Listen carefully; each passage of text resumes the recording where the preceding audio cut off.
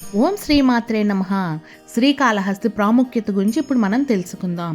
ఆంధ్రప్రదేశ్ రాష్ట్రంలోని చిత్తూరు జిల్లాలో స్వర్ణముఖి నది ఒడ్డున శ్రీకాళహస్తి ఉంది.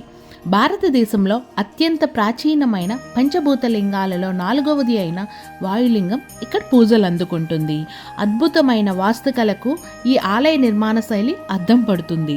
శ్రీకృష్ణదేవరాయల కాలంలో నిర్మించిన గాలిగోపురం చెక్కు చతురస్ర రీతిలో కనిపించే 1000 కాళ్ళ మండపాల ఆలయంలో ప్రధాన ఆకర్షణ. సృష్టి శృతి లయకారకుడు అయిన పరమేశ్వరునికి అఖండ భారతదేశంలో అనేక దేవాలయాలు ఉన్నాయి. ఒక్కొక్క క్షేత్రంలో శివలింగానికి ఒక్కొక్క ప్రాముఖ్యత ఉంది. వీటి అన్నిటిల్లో ద్వాదశ జ్యోతిర్లింగాలలో ఒకటైన కాశీ క్షేత్రానికి అక్కడ లింగ రూపంలో కొలువైన విశ్వనాథుడిని అత్యంత మహిమాన్వితమైనగా భావిస్తారు.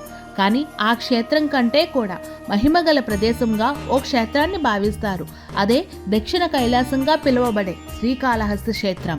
శ్రీకృష్ణదేవరాయల కాలంలో నిర్మించిన గాలి గోపురం చెక్కు చతురస్ర రీతిలో కనిపించే 1000 కాళ్ళ మండపాలు ఆలయంలో ప్రధాన ఆకర్షణంగా నిలుస్తాయి.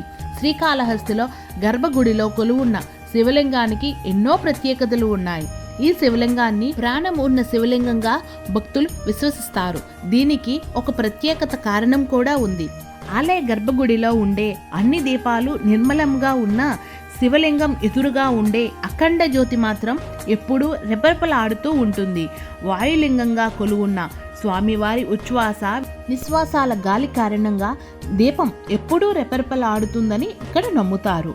అంతేకాకుండా ఈ శివలింగానికి మరొక ప్రాముఖ్యత కూడా ఉంది.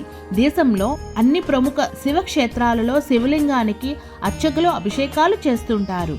కొన్ని చోట్ల భక్తులు కూడా అవకాశం ఉంటుంది. కానీ ఇక్కడ శివలింగానికి మాత్రం అర్చకులతో సహా ఎవ్వరూ తాకరు. ప్రాణవాయులింగంగా పూజలు అందుకునే ఈ లింగం తెల్లని వర్ణంలో ప్రకాశిస్తూ కనిపిస్తుంది. అందుచేత శ్రీకాళహస్తి శివుడిని కర్పూర లింగమని కూడా పిలుస్తారు. నవగ్రహ కవచంతో ఉండే ఈ శివలింగానికి ప్రతిరోజు పచ్చ కర్పూరంతో అర్చకులు తాకకుండానే అభిషేకిస్తారు. ఇంత మహిమాన్విత గల శ్రీకాళహస్తి విశేషాలేంటో ఒకసారి మనం ఇప్పుడు తెలుసుకుందాం. శ్రీ అంటే సాలెడు, కాలము అంటే సర్పము, హస్తి అంటే ఏనుగు. ఈ 3 మూగజీవాల చేతే పోషణ అందుకునే కారణంగా ఈ క్షేత్రానికి శ్రీకాళహస్తి అనే పేరు వచ్చినట్లు పురాణ కథనం చెబుతుంది. సాలెపురుగు, పాము, ఏనుగుల ఆత్మలను తనలో విలీనం చేసుకుని స్వామివారు స్వయంభూగా ఇక్కడ కొలువై ఉన్నట్లుగా చెబుతారు. ఈ క్షేత్రానికి దక్షిణ కైలాసం, సత్యముఖి క్షేత్రం, శివానందేక నిలయం, సత్య మహాభాస్కర క్షేత్రం అనే వివిధ పేర్లున్నాయి. ఇక్కడ అమ్మవారు జ్ఞాన ప్రసూనాంబదేవి తూర్పు ముఖంగా, స్వామివారు శ్రీకాళహస్తీశ్వరుడు పశ్చిమార్ధముఖంగా దర్శనమిస్తారు. గణపతి ఉత్తర దిక్కుగా, దక్షిణమూర్తి దక్షిణ దిక్కుగా ఉంటారు. ఈ ఆలయంలో తూర్పు ద్వారం గుండా ప్రవేశించి మొదట పాతాళ వినాయకుడిని దర్శించుకొని తరువాత శ్రీకాళహస్తీశ్వరునికి భక్తులు దర్శించుకుంటారు. పాతాళ గణపతితో పాటు ఈ క్షేత్రంలో వల్లభ గణపతి, మహాలక్ష్మి గణపతి, సహజలింగేశ్వర దేవాలయాలు కూడా ఇక్కడ కనిపిస్తాయి. దేశంలోనే అతి పురాతనమైన క్షేత్రాలలో ఒకటైన ఈ దేవాలయంలో నిర్మాణ శైలి నుంచి మూల విరాటం వరకు అడుగడుగునా ఆసక్తికరమైన విషయాలు దాగున్నాయి. సాధారణంగా భక్తుడు ఎప్పుడూ భగవంతుని పాదాల చెందన ఉంటాడు. కానీ శ్రీకాళహస్తిలో ఇది భిన్నంగా కనిపిస్తుంది. పరమేశ్వరుడు పరమభక్తుడు అయిన కన్నప్పకు కొండపైన దేవాలయం ఉంటే శ్రీకాళహస్తీశ్వరునికి పాదాల కింద ఆలయం ఉంటుంది. అందుకే పరమేశ్వరునికి భక్తవల్లభుడు అని కూడా పిలుస్తారు. మహాశివరాత్రి రోజున ఇక్కడ జరిగే బ్రహ్మోత్సవాలలో తొలి పూజను కొండపైన ఉన్న కన్నప్ప ఆలయంలో చేయటం విశేషం. పరమేశ్వరునికి మహాభక్తులు అయిన రొమస మహర్షి దోచడిత దేహాలను కూడా శ్రీకాళహస్తీశ్వర ఆలయంలో సమాధి చేశారు. ఆలయ రాజద్వారం దాటి గడప కింద వారి దేహాలను ఉంచారు. అన్ని గ్రంథాలలో తెలపడం జరిగింది. శ్రీకాళహస్తి క్షేత్రం అనగానే మొట్టమొదట గుర్తొచ్చేది రాహుకేతు శాంతి పూజలు. శ్రీకాళహస్తీశ్వరుడు ఉండే నవగ్రహ కవచం ద్వారా రాహుకేతువులతో పాటు గ్రహాలను పరమేశ్వరునికి అదుపులో ఉంటాయనే నమ్ముతారు. ఇక జ్ఞాన ప్రసూనాంబ అమ్మవారికి కూడా కేతువు వడ్డనంగా ఉంటుంది. అందువల్ల ఈ క్షేత్రంలో రాహుకేతు శాంతి పూజలు ప్రముఖంగా నిర్వహిస్తూ ఉంటారు. ఆలయంలో జరిగే ఈ శాంతి పూజలలో ఒకేసారి వందల సంఖ్యలో ప్రజలు పాల్గొంటారు.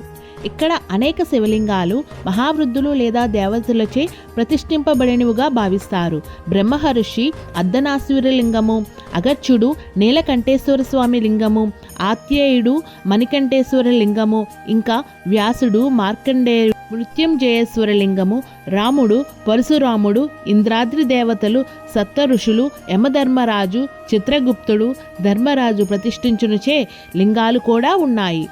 వర్ణాల కోసం మృత్యుంజయేశ్వరుని సహస్రలింగ అభిషేకం కూడా ఇక్కడ. కాశీ విశ్వేశ్వరుడు కూడా మూర్తి స్వరూపుడై ఉన్నాడు. ఇక్కడ క్షేత్రపాలకుడు కాలభైరవుడు. వివిధ గణపతి మూర్తులు, సుబ్రహ్మణ్య స్వామి, సూర్య, శనిగ్రహమూర్తులు కూడా ఉన్నారు. శ్రీ వెంకటేశ్వర స్వామి, వరదరాజేశ్వర స్వామి, వీరరాఘవ స్వామి మూర్తులు కూడా ఇక్కడ ఉన్నాయి. ఇది రాహుకేతు క్షేత్రమని కూడా ప్రసిద్ధి పొందింది. పుత్రశోకానికి గురైన వశిష్ఠ మహర్షికి పరమేశ్వరుడు పంచముఖ నాగలింగేశ్వరునిగా దర్శనమిచ్చాడంట. ఈ నాగరూపానమే బ్రహ్మదేవుడు కూడా అర్చించాడంట. ఈ నాగరూపం కారణంగా ఈ క్షేత్రానికి రాహుకేతు క్షేత్రం అని కూడా పేరు వచ్చి. సర్పదోషము, రాహుకేతు గ్రహ దోషాల నుండి నివారణ కోసం ఈ స్వామివారిని పూజిస్తారు. స్వామి కవచమునకు, నవగ్రహ కవచమునకు అలంకారములు చేస్తారు. దేశంలోని ప్రజలందరూ నలుమూలల నుంచి వచ్చి రాహుకేతువుల పూజలు, అభిషేకాలు, స్వామివారి అనుగ్రహం తీసుకుని తిరిగి వెళ్తారు. ఓం శ్రీమాత్రే నమః. ఈ వీడియో మీకు నచ్చితే please subscribe. Thank you for watching.